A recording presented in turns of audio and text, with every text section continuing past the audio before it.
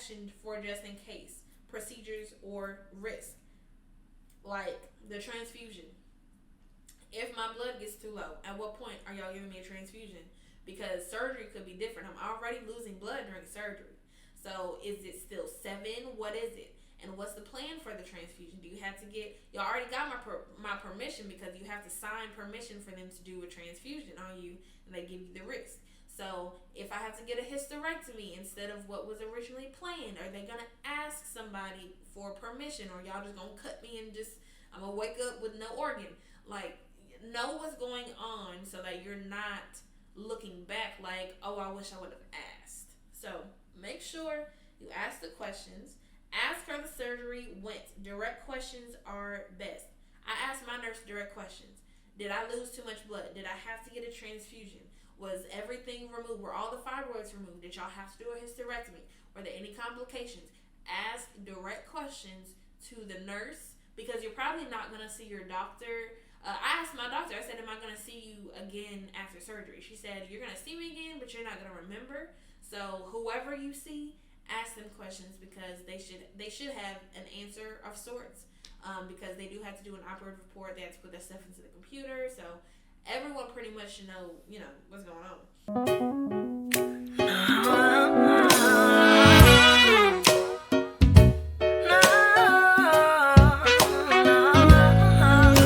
Alright, hey Saints and Angels, welcome back to my channel. So if you didn't know, this is part 2 about my fibroids journey. We have already done part 1, so make sure you go check out that video.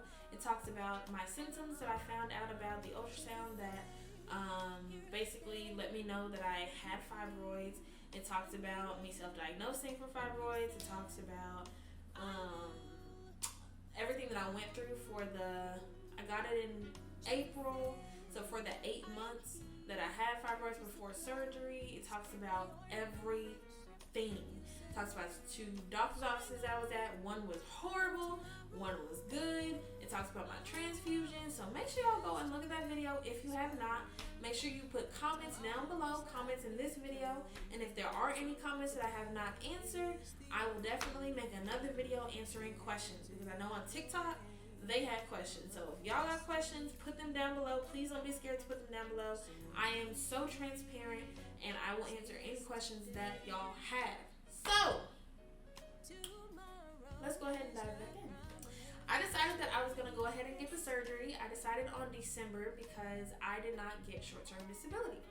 I have not had any type of surgeries or real bad incidents throughout my life. So I was like, oh, who needs short-term disability? Girl, you did. So that's a message for any of y'all. If you are second guessing it, get short-term disability. I don't care if ain't nothing going wrong with you. You don't think anything ever is. Get short-term disability, because basically I had to get a surgery, had a 6-week recovery period, which I got down to 2 weeks, because I'm like, I'm not gonna be able to go out of check for a month and a half. I'm going to get kicked out of my apartment. So I'm like, yo, I got 2 weeks that I can take off work, and December was a 3-check month. So I was like, yeah, that's what I'm gonna do. And so I got the surgery in December 22nd.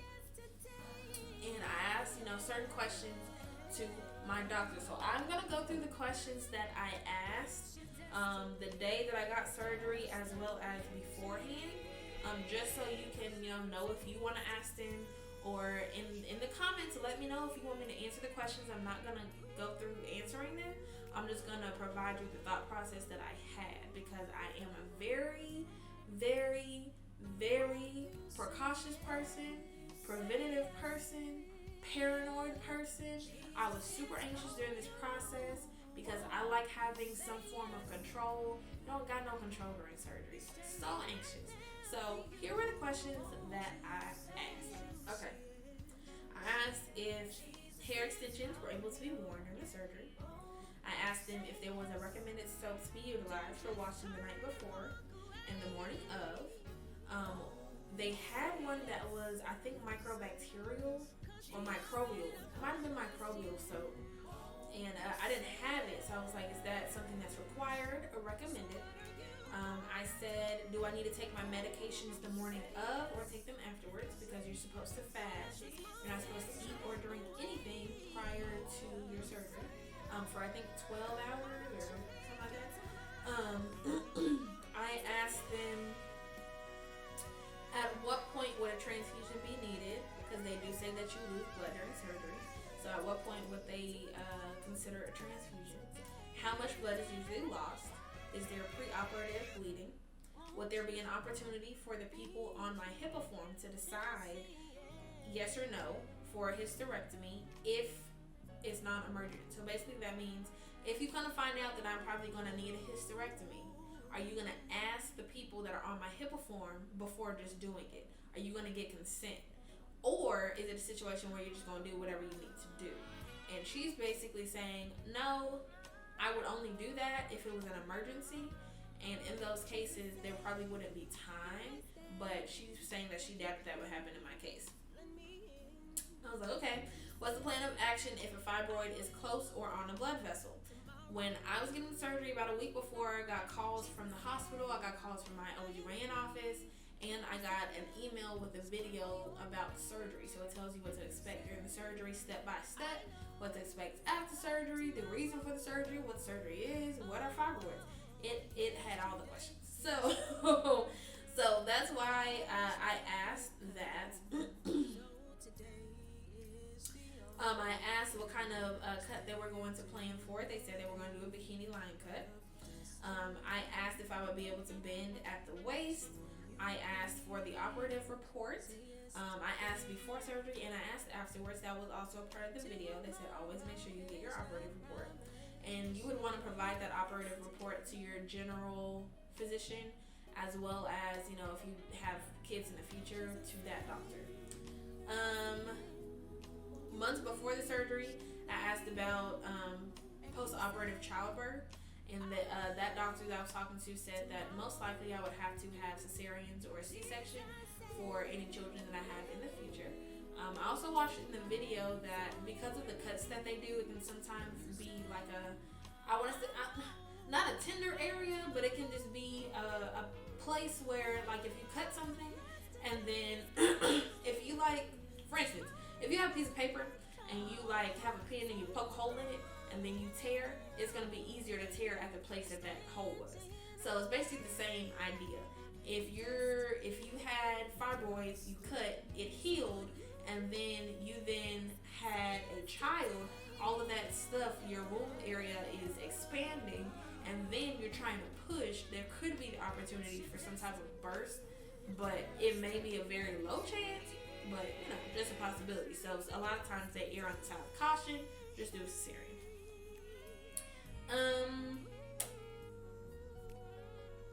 Because I was in college and I was in the medical field studying biology, I remember learning about RH factors and how they can sometimes be incompatible for the mom and the child. And in that case, and there's some type of rupture, that can be a life-threatening situation if the mom's RH is different from the child's. So I asked my doctor, I was like, hey, would there be a consideration to terminate the pregnancy if there is an RH incompatibility because of the fact that there is an added increase for, the chance of rupture if I do a natural birth? That's just me asking too many questions and me thinking too hard. But y'all ain't gotta ask that. I'm just telling y'all what I asked. I'm just telling y'all what I asked, okay? So I said, would I be able to wash up post-surgery, or was there some type of transparent bandage that I needed or something? So, sometimes you can get a cut, for instance, you got a cut on your arm, you still got to take a shower. So they have those transparent bandages that you put over it and then the water will just run over it. I was basically asking if I needed to do that, but I ended up not having to. So, okay, now we're going to get into the surgery itself. I did take notes, thank God. To God be the glory. To God be the glory. To God be the glory. I'm so happy I took notes, because baby, and in-depth notes, because I know I do YouTube. I took notes. So we're going to go ahead and get into that. I got to the hospital at 8 o'clock. It was super windy. I don't know what y'all was doing on December the 22nd, but December the 22nd, God was fighting with somebody in the spirit because it was windy as heck. Oh my gosh. I mean, the type of windy that was probably blowing that boat around when Jesus was asleep. It was bad. I mean, there was acorns in the trees. It was falling out the trees like hell. I was like, Jesus, this, don't let this be a warning, guys. I was like, yo. So it was super windy. I knew I had to do a urine exam, a urine test, excuse me, because they want to check for pregnancy and check for, all the things. But my doctor did tell me that pregnancy is the number one reason for canceled surgeries or canceled myomectomies. It's the number one reason. And my doctor, even though I wasn't doing nothing at the time, my doctor was like, hey, you can't have sex. I think I went to her 2 weeks before the surgery. You can't have sex from this point forward until I say so. She told me that I had to sign, because you have to sign all this paperwork for the hospital and for everyone. That's part of that as well. Not having any intercourse. So it's serious, y'all. I got to the back and I went to the pre-op area within 15 minutes. I got there. When I got there, I went to go sign the papers, like the HIPAA papers, all the things. And then I met my mom in the front, and we went up to the waiting area, and they told my mom about the TV, and it's color coded so that they can know the status of the surgery and what's going on. So that's where she would end up going while I'm during the surgery. So I went down back to the back. They brought me to the back so that I can change into the gown. So basically, they have you change out of your clothes. They give you their underwear and give you a gown. Anything with metal, you gotta take off. So if I had bobby pins in, take those out. I didn't, but if you did, that would be something that you take out. Make sure your bra, just everything is off. They give you socks, underwear, and the operative gown. After I changed, they brought my mom to the back. I told them when I first got there, y'all, I really gotta use the bathroom because I knew I had to take a urine test because, I'm not a person that can use the bathroom and then go use the bathroom again in like 20 minutes. So I really had to use the bathroom and I needed to wait so they can give me the cup so I can do the urine test. So I did all of that, and then going to the bathroom, I was bleeding because all year I was bleeding. I don't care if it was 5%, 2%, 110%, I was always bleeding. So I was bleeding at that point. You cannot have a tampon on. It's only a pad, so they did provide a pad for me. They gave me pressure massaging leg cuffs so that it would help prevent blood clots. I got my IV in my hand. It was right here. I actually have a little bruise, kind of. But right here is where they put the IV. Every doctor, I think it was about there were 3 doctors and a nurse, and they all came. So every time they came to meet me, they would ask me the same questions like, who am I, what's my birthday, ask me, what surgery am I getting, ask me what type of, myomectomy I'm getting. They would ask me, was there something else I asked? I think that was pretty much it. And if I had questions, of course. But they repeated that to me multiple times. And one thing I would say and have you do is make sure that when they get all your information, they start giving you your bands, all that stuff, ensure that they have the correct, if you know it, blood. Because you don't want that to be wrong. So they are doctors, they should have it correct, but there is a such thing as human error as well. So anything, I think those things are written on your bands. So ensure that it's properly correct in the system and properly correct on your bands. And if you don't know it, then I would recommend knowing what your blood type is. All right, so throughout the doctors there, my mom was there the entire time. They didn't wheel me back until it was literally time for surgery. So they gave me the general anesthesia. All the doctors met my mom. When it was time for me to be wheeled to the back, or they gave me, they gave gave me general anesthesia and my IV, and then my mom left, and then they moved me to the back. And I was out like a light. I was out like a light. I woke up to this nurse. It was a different nurse.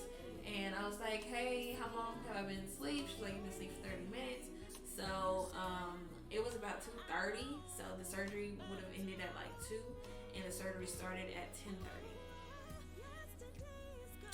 All right. So when I woke up, I had my pressure cuffs on. I had a catheter in, and I had a band. It's kind of like a waist trainer. It's white and it's cloth. So it's like I had that on as well. And my throat. Oh, my throat. My throat was hurting. My throat was hurting. So they did tell me in the video, and they told me verbally, my doctor told me that they would intubate you. They would intubate me during the surgery so it could basically just breathe for me, and that they would take it out. They literally was like, you're not going to remember any of that, but just letting you know because there's going to be some discomfort. So, definitely had discomfort. They asked me some questions. I answered those questions. My mom was still in the waiting area. They didn't bring my mom up until I went to the recovery area. And when they were in the recovery area, I'm thinking, oh, I get to stay on this little bed, and then that's fine. Girl, no, they had another bed. I had to transfer myself. Like, I had to slide. Do you know how difficult it is to slide? Just try and sit down and try and lift yourself up and see what muscles that take. They had just cut. It was very difficult. It was difficult. I also had some medications that I had to take, so I had to eat. What did I eat? I ate a cheeseburger, fries, broccoli, sherbet, Caesar salad, ginger ale, and some apple juice, all period. And I couldn't even enjoy it because my freaking throat was hurting. I had so much discomfort.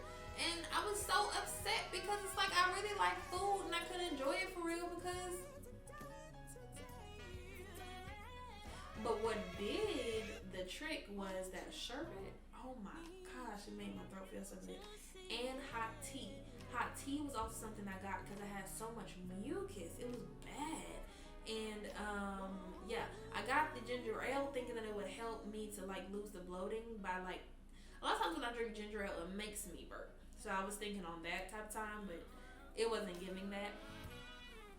What I will say is that the nurse in the recovery area, she was telling me that when they do the surgery, they put O2 in you so that it can expand your body and give it more room to work. So for that reason, there's a lot of bloating and gas that you have from the surgery. They do tell you to watch what you eat because you don't want to add on to it, but they didn't tell me it was going to be like that for surgery. Girl, when I tell you, the bloating is super painful, it hurts, and you have to pass it some way. You cannot fart because the anesthesia that they give you makes it to where those muscles are not working. They're still asleep. Excuse me. Their muscles are still asleep. So all you can do is burp, and trying to get all that to come upward it was hard. So they promote, they ask you to walk so that you can promote, that gas to come up. And even though some of it does, it's kind of like breathing. If you breathe through your nose versus when you breathe through your mouth, it's a lot more air. When you burp, cool. But when you fart, you let some air out. So there was only so much bloating that I was able to get out. But that's really just the first night. The first night it wasn't bad. It wasn't horrible. I was on a rotation with the blood pressure, with them drawing blood to do a CBC, and then the medication. I was on medication every 4 hours. So it was probably every 6 or every 8 hours that they was checking blood pressure and doing all things. They had a restriction test, which I'm going to show you. Okay, so this is that respiratory thing. There's like a little smiley face where that little circle is. And the goal is to keep it in the middle of there and hover there. But then the goal is also to get this little thing right here and that thing at the bottom to go up to here. I ain't been able to do that yet, so I'm gonna have to do that before I leave. I think I'm also gonna have to urinate before I leave. I've already walked, so now I have to practice this and get this going. Now, let's see. This is what it looked like right now.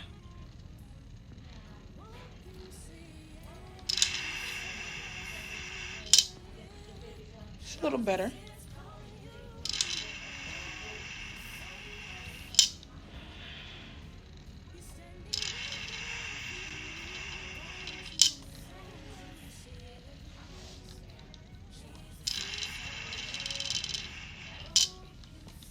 This is also a little bit difficult because of the gas, so it's hard to draw from the stomach when you got pressure. Also, it's a little difficult to do with the dehydration. And sorry, I'm looking in the wrong place. I'm trying. I'm not a vlogger. But yeah, it's a little difficult with dehydration as well. So, but yeah, this is what it looks like. They said I need to do it 10 times every hour. So I've done it once already today, do it again, and then I'm gonna walk a little bit more and see if I can get some of this gas off before I lay back down because I really didn't get much sleep. And this restriction test is something that they told me to do really on day 2. They said to do it a little on day 1 that night. A nurse came, but it was like, hey, day 2, go ahead and do it like 10 times just to get it going, and they send you home with it, and it basically just prevents pneumonia and helps to keep that away. So, that was that on that. Regardless of the fluids that I drank, because I told you about the tea and the water and all, dehydration. You're on so many medications. Dehydration. It was bad. And it was even worse because my throat already hurt because of intubation. So it was like, it felt like bronchitis. I don't know if anyone's had it. I used to have bronchitis all the time. And it literally feels like that. The scratchiness of it. Kind of like strep. It's a scratchy feeling, and then if you try to eat, it's just dry. But that was just that day. So I was doing that, getting in and out of bed. Lord Jesus. So getting up the first time, super difficult, super hard, annoying. Once you got up and started walking, it wasn't that difficult, but that initial get up, Jesus. So getting back in bed for me, or getting out, what I did, I just kind of, the bed, moves. So I moved the bed all the way up, and then I would slide to the left, my to the right, get my legs out, and then just, stand up. Easier to do when you're closer to the ground, because there's not a lot of stretching involved in that. I also didn't want to stretch and open any, you gotta be careful. And getting back in bed, the same thing. Make sure the back is all the way up. Make sure the bed is all the way down. Get on the bed, turn around, and then you can reposition all the things. I was blessed. My grandma, she has one of those beds as well that moves and stuff. So when I was going through recovery, it's great. It was great. Alright, so let's see, was there anything else?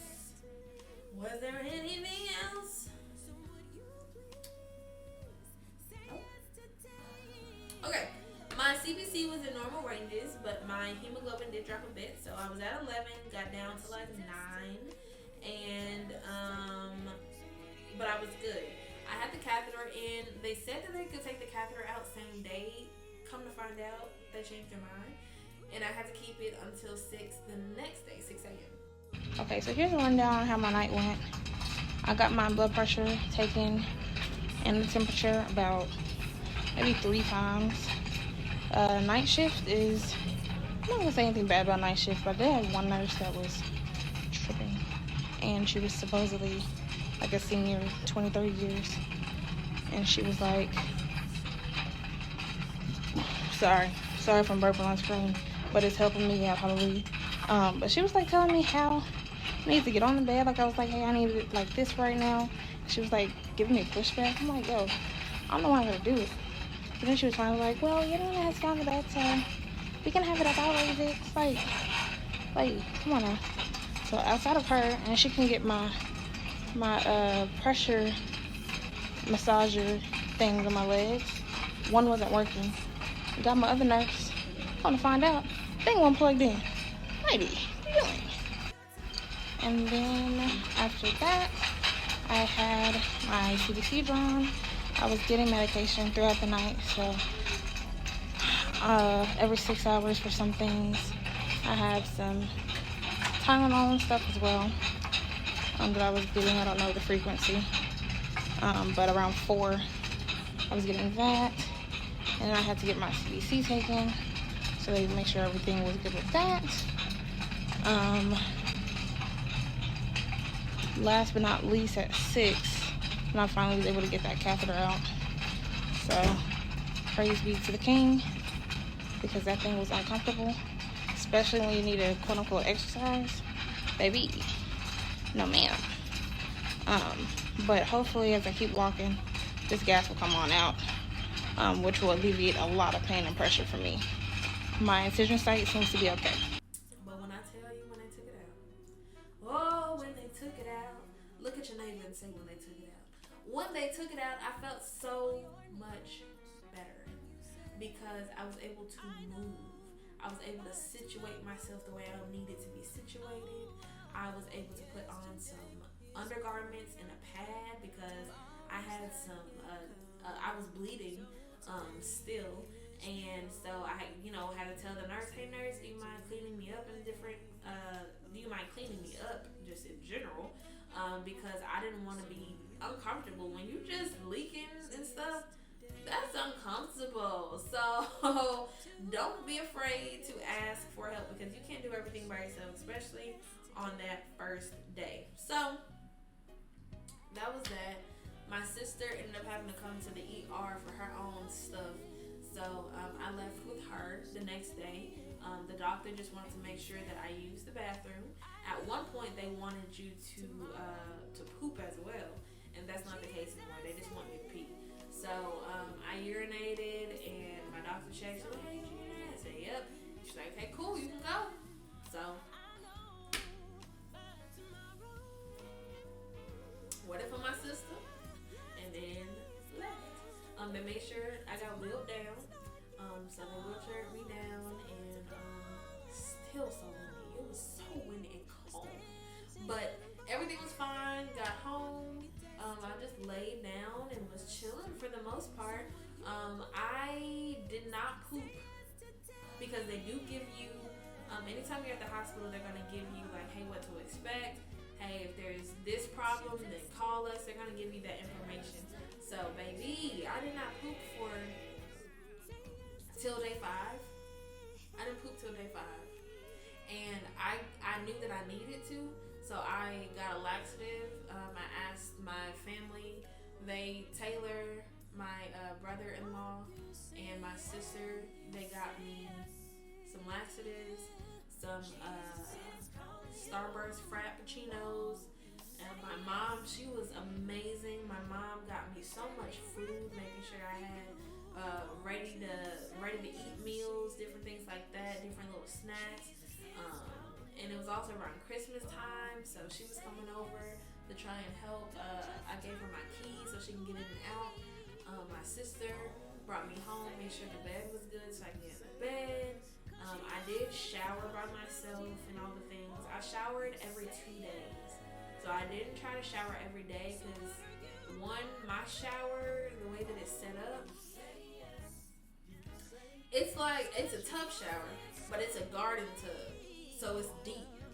So the lifting and all that, no. It was difficult. So the first maybe 2-3 days, I would sit on the edge of the tub and then I would, wash and shower like that, and then just let it rinse over me. The thing that I had over my incision, it was glue and then like an adhesive over it, so I could shower. There's nothing that I had to put over anything. The water would run over, but I just needed to be careful with all the stretching and moving and lifting. I can't do all that. Okay, so today Second day out of the hospital, got out yesterday. So it's been pretty chill. Nothing major, nothing crazy. Getting up and down has been the hardest, but it hasn't been like crazy. Just a little paranoid because I don't want to mess up any of the glue or, whatever they got going on down there. On my bikini cut, yeah, still haven't had a bowel movement and need to do that. They actually have days, like if you haven't done it in a certain amount of days, you gotta tell them. So hopefully that happens. The second hardest thing is like sneezing and coughing urges, especially coughing right now. I keep having to cough up phlegm and stuff. Super uncomfortable because obviously you're contracting your stomach, so that's that. But other than that, I've been pretty good. I was able to take a shower today, so that was good. Can't take baths or anything, but I was able to take a shower. I'm like them people that don't put on that don't wash their legs because I couldn't reach them, but I reached the important stuff. Period. So that was good. Got some sensitive Dove soap per request of my doctor. I don't have to actually wash the incision site, just let water run down it and stuff like that. So the shower was good, getting out was good. My tub and my actual floor are not level, so getting out was a little bit more difficult. I did not want to fall, but everything was really good. I have been having a pretty good recovery. Just super sleepy. I mean super, super, super duper sleepy. More sleepy at home than I was at the hospital. Probably because I'm not being woken up by nurses, but I am on my own schedule. So like I have my alarm telling me every time that I need to take my medications. I have some food in there that's going off. But yeah, I'm up, walking around. It can get difficult to like stand up all the way straight. Not that I can't do it, but when you've been in one position for a long time, moving out of that position can definitely hurt. Started drinking a ginger probiotic. See if that can help me pass a bowel movement and get this phlegm out my throat. It has ginger in it, so outside of that, been pretty decent. Staying on the meds, staying on that Tylenol and XYZ, so I can keep that pain going. But day 2. So, yeah, it was pretty decent. The thing I was most worried about was making sure that I pooped, because you want to make sure that you're able to. I started being able to fart. This is so but I was able to fart about day 4. And that helped pass a lot of bloating. Oh my gosh, it was so great. They told me, I think day 1 or 2, that I was able to be on my side, but when I was on my side, it was just uncomfortable to my incision area. So I didn't want to do that. I didn't like how it felt. I felt like something's gonna bust open. So I just didn't want to do that. I slept on my back pretty much the whole time until I started being able to move more. There was a numbness, so my stomach area right here, this whole thing was numb at first. My belly button is right here. So like an inch under my belly button, that's where feelings started to come back. But like down here, it was still super numb. And even right now, I have like tenderness now because I can feel more. But there are certain areas and spots that are still numb. And I asked my doctor about that. She said that could be the case. Sometimes it's really just hit and miss. Sometimes you just be numb in certain areas, and that's just that. But sometimes it just takes a while for the feeling to come back. So that's that. I had a 2-week post-op, and then basically she just checked the incision, make sure I wasn't infected, anything like that. Then after 2 weeks, then you have another one. So I'm about to have my last one on tomorrow. I think it's the last one. I don't know. She said at that one that basically I could now lift up to 10 pounds. I could pretty much do anything after 2 weeks. I was good to do whatever. I could drink if I want to drink. I could literally do whatever I want to do. I don't know if that includes sex, because I didn't ask her, and I'm not active, so you'll have to ask her on your own time. But this second one, she said that she would be clearing me for whatever to do whatever. So I'm pretty sure that would include that. If you're interested. Yeah. I'm trying to see if there's anything. I have a list of tips on here, so I definitely want to get through that. But I just want to make sure that there's nothing that I missed that I need to talk about before I go through the tips, because that'll probably be the last thing that I discuss. Alright, let's see. I will say that one of the things that I went through a lot was dehydration, and not just dehydration in terms of like dryness, like I was talking about before, but it was like my nose was so dry and it was bleeding, and it wasn't running out, but it was like a dry blood thing where I had to keep on cleaning out my nose over and over and over again so that I could breathe more readily. But then the more you're breathing, it's sensitive because it was bloody there, so now it's sensitive, and now it's doing it all over again. I was going through that for like at least 4 or 5 days. So that was super bad. I got on Pedialyte and was taking Pedialyte a lot. You're also on medication still. You're still rotating meds. So that was that. I had to call and get them to give me some more medication because I had run out of what they gave me. And baby, when I tell you, I couldn't even sleep through the night. But it was really just that one day, because then I got on some naproxen, which is not anything strong or anything. I got on some naproxen, able to take that. I was still taking Tylenols too, and not together. Let me say that. Don't take naproxen and Tylenol together, because those can harm you together. Look it up on Google. But what I'm saying is they had, I was on Tramadol and I was on Tylenol in the hospital. So when I left the hospital, I had my own prescription that the doctor had already prescribed, and I stayed on the Tylenol and like over-the-counter Tylenol. And then when I ran out of the stuff that I was prescribed, I asked them, hey, can you refill this? They're like, no, I can't refill it. I'm like, okay, well, can you give me something? They said, I can give you aspirin. They can give me, I'm allergic to aspirin. They said they could give me ibuprofen.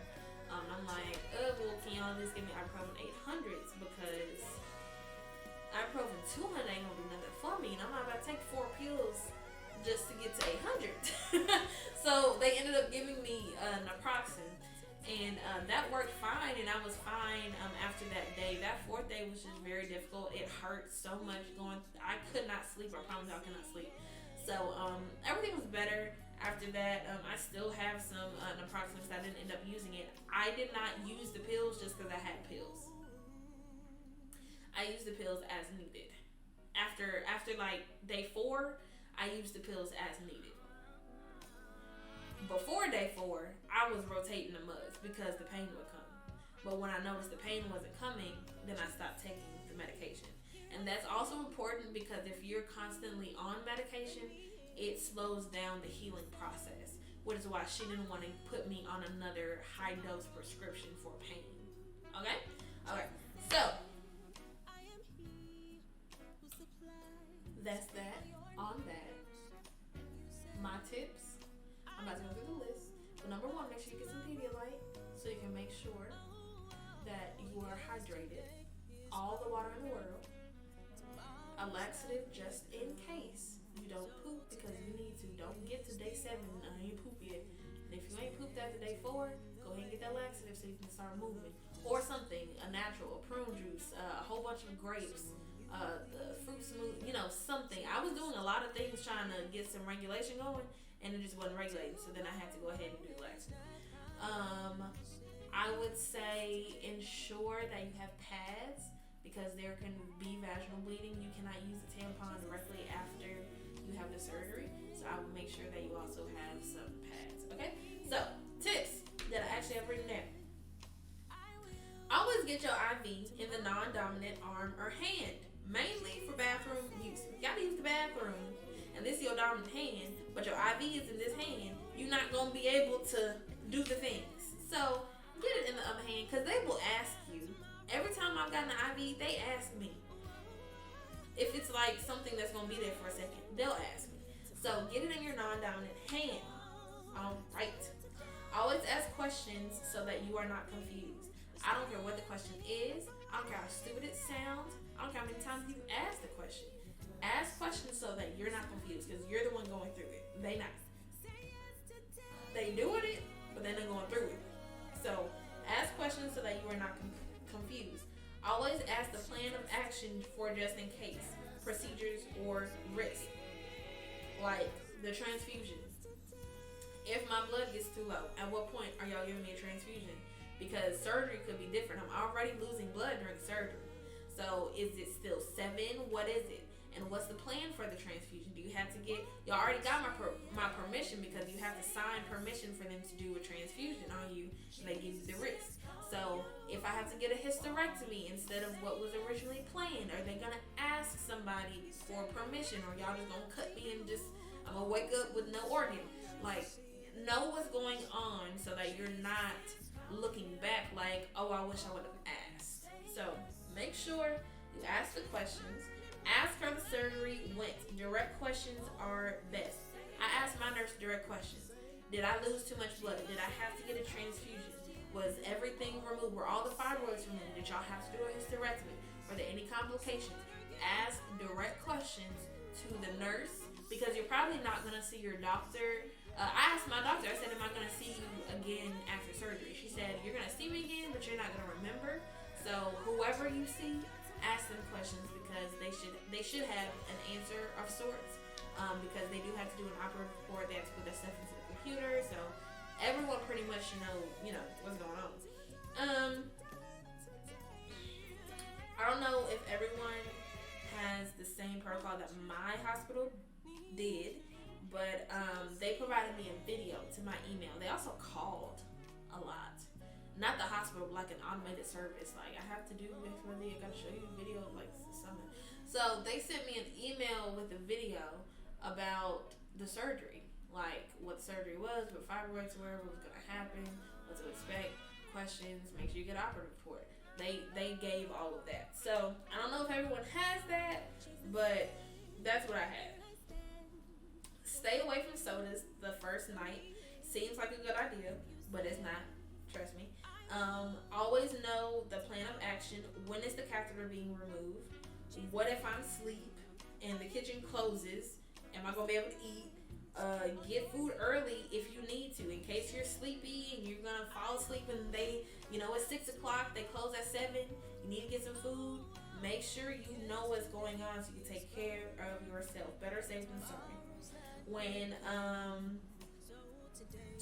When I woke up from anesthesia, that was the easiest time to fall back asleep, but I did have to transfer to that other bed, so I kind of woke up. But if you can do all that fast and go back to sleep, I would recommend it. I would still order my food and all the stuff, depending on what time it is. But I would recommend it because it was so difficult for me to go to sleep. Once I woke up, it was hard for me to go to sleep. And not because I wasn't tired. Like, excuse me. Not because I wasn't tired, it's just the discomfort of it all. It was difficult to go back to sleep. If you're bleeding, be aware when you have a catheter, you cannot wear underwear, a pad, or a tampon. So it may be uncomfortable with any type of discharge or leakage. But it also may feel like there's more going on than there really is. So always ask your nurse or, correspond with the people that are around you. Like I said earlier, always confirm your blood type if a transfusion is needed.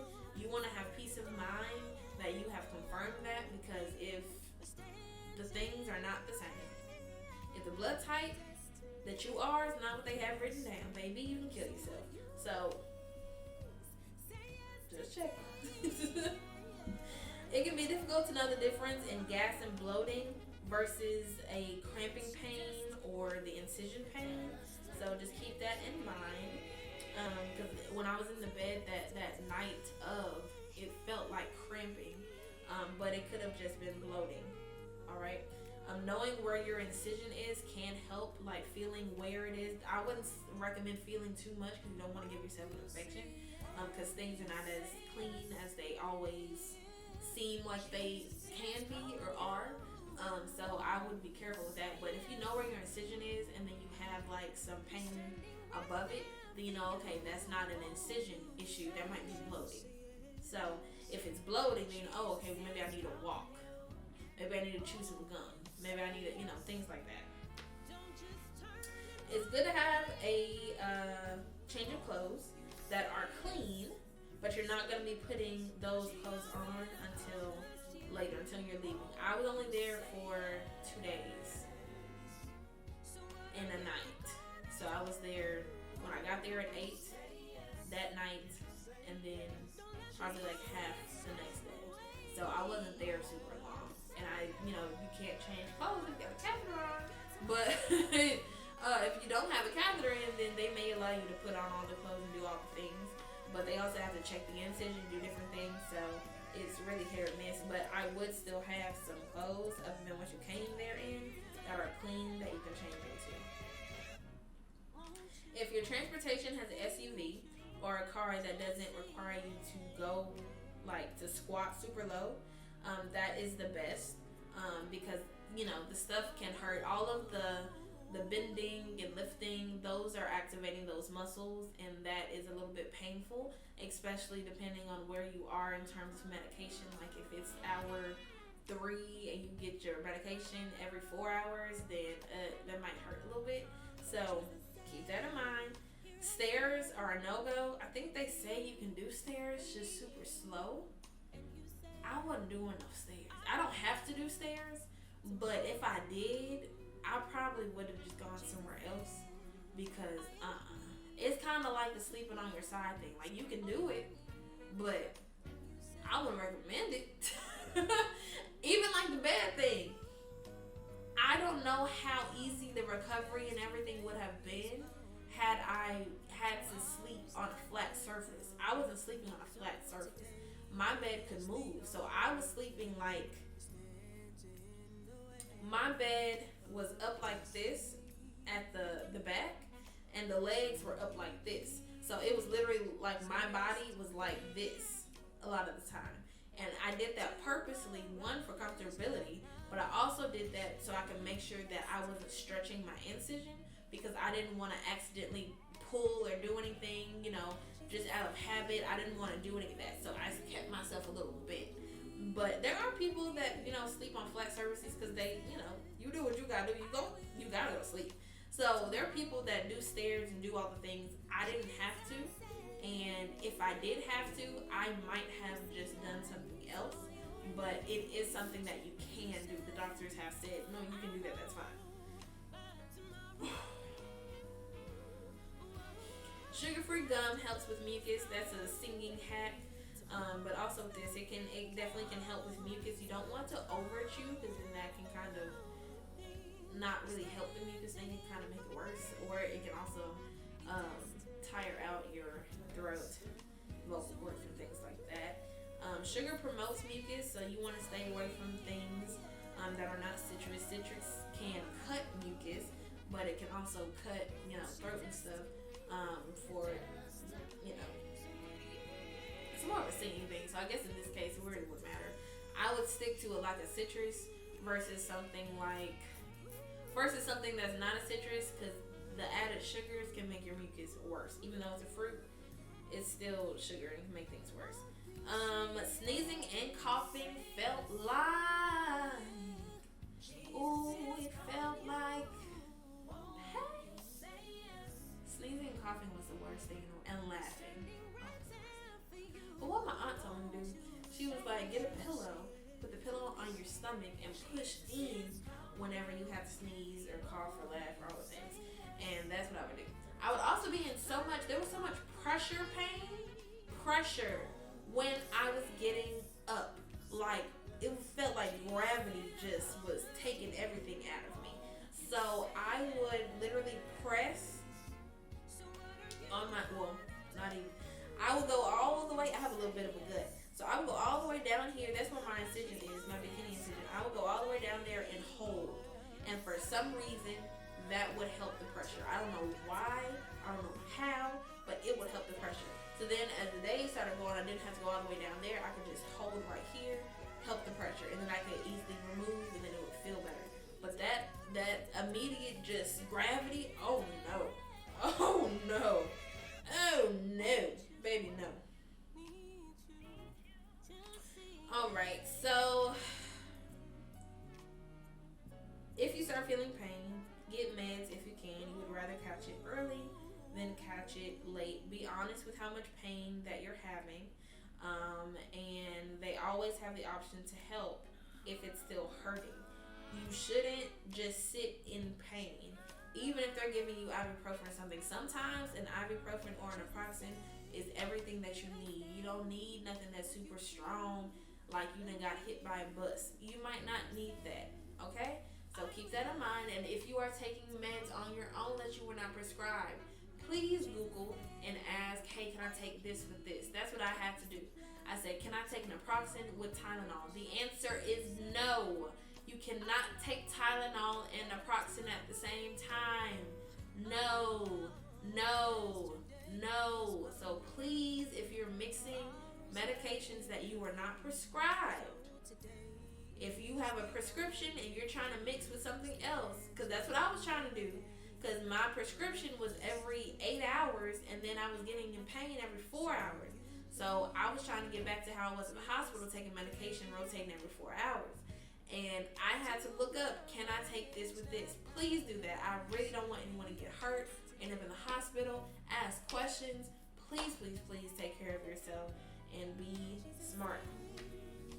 Y'all, that's about it. That's all. I'm feeling better. Like I said, I have my appointment tomorrow with the doctor. Hopefully it will be my last. I lost from the time of my 2-week post-op doctor's appointment and surgery. I lost 13 pounds from the fibroids. I don't know how much I weigh now with the loss from bloating, because they say you can lose your bloating from a month to like 4 or 5 months. Like it can really just range. So I don't know about all of that, but a lot of weight. I will input a video, or not a video, I will input a picture of my fibroids into this video so y'all can see what was removed, if I can. If they say that it's something that don't need to be there or that I can't have, then I'll remove it, but I don't mind showing you. I just don't know if I'm getting in trouble for it. So yeah, that's it on that. Y'all, if y'all got any kind of questions that you want me to answer about what I went through, or anything that I didn't cover in this video, or anything that you want me to expound on, please, please, please put it in the comment section down below. I have no problem answering any questions that you all have concerning my surgery and my time, how I felt, even how I was spiritually. I was very anxious. I was very in control of the situation. I had to be like, Brandy, you know who your God is. You know who your God is. God did not keep you when you were at a 6 hemoglobin, passing, feeling you're going to pass out, not being able to wash dishes, take a shower. He didn't keep you sane when you should have gone insane because you wasn't getting enough oxygen to your brain. He didn't do all of that for you to die on this surgery table to get the help that you need. He didn't do that. I had to literally encourage myself. I was going through like, God, I don't want to be the next person that's sick in my family. My grandma was sick and went through so much, and I went through a little bit. And I'm like, God, I was going through so much, y'all. So if y'all have any questions that y'all want me to answer, please, please, please put them in the comment section, and I will make a video and answer any questions that y'all have. Please stay tuned on this channel. We're gonna start putting up videos of movie reactions. I do movie reactions on my other channel, which is Unadulterated Reactions. On that channel, we have so many movies. At the end of this month, as long as I post the videos like I need to, we're gonna hit 50 movie reactions. So I'm super excited. I'm super excited for the growth that God has provided over on that channel. I pray that there is some added growth on this channel. I'm gonna be a lot more consistent here. It was difficult to be consistent while I was sick.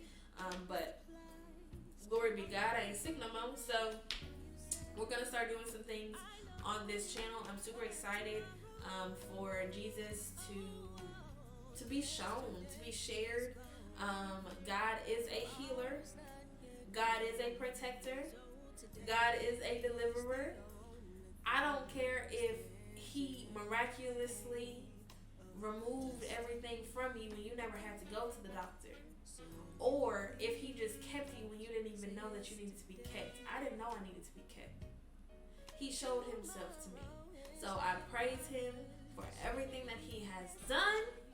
And I pray that you will praise Him with me, because this is a victory report. It could have went another way, but God kept me in 2022. I am in 2023, fibroid free.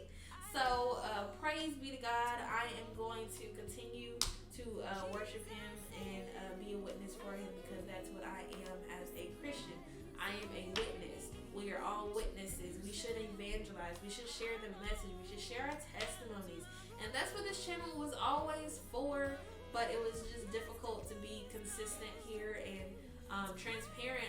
It was just difficult to maintain what I needed to do spiritually. I am a perfectionist, and there are certain things that I want to have perfect, and I wasn't perfect in 2022 in regards to my relationship with Christ, and in regards to my communication with Him, just a lot of things. And some of those things are what I'm going to talk about on this channel. So I look forward to posting. I hope that y'all will stick around and watch. I love y'all with the love of Jesus Christ. Bye, y'all.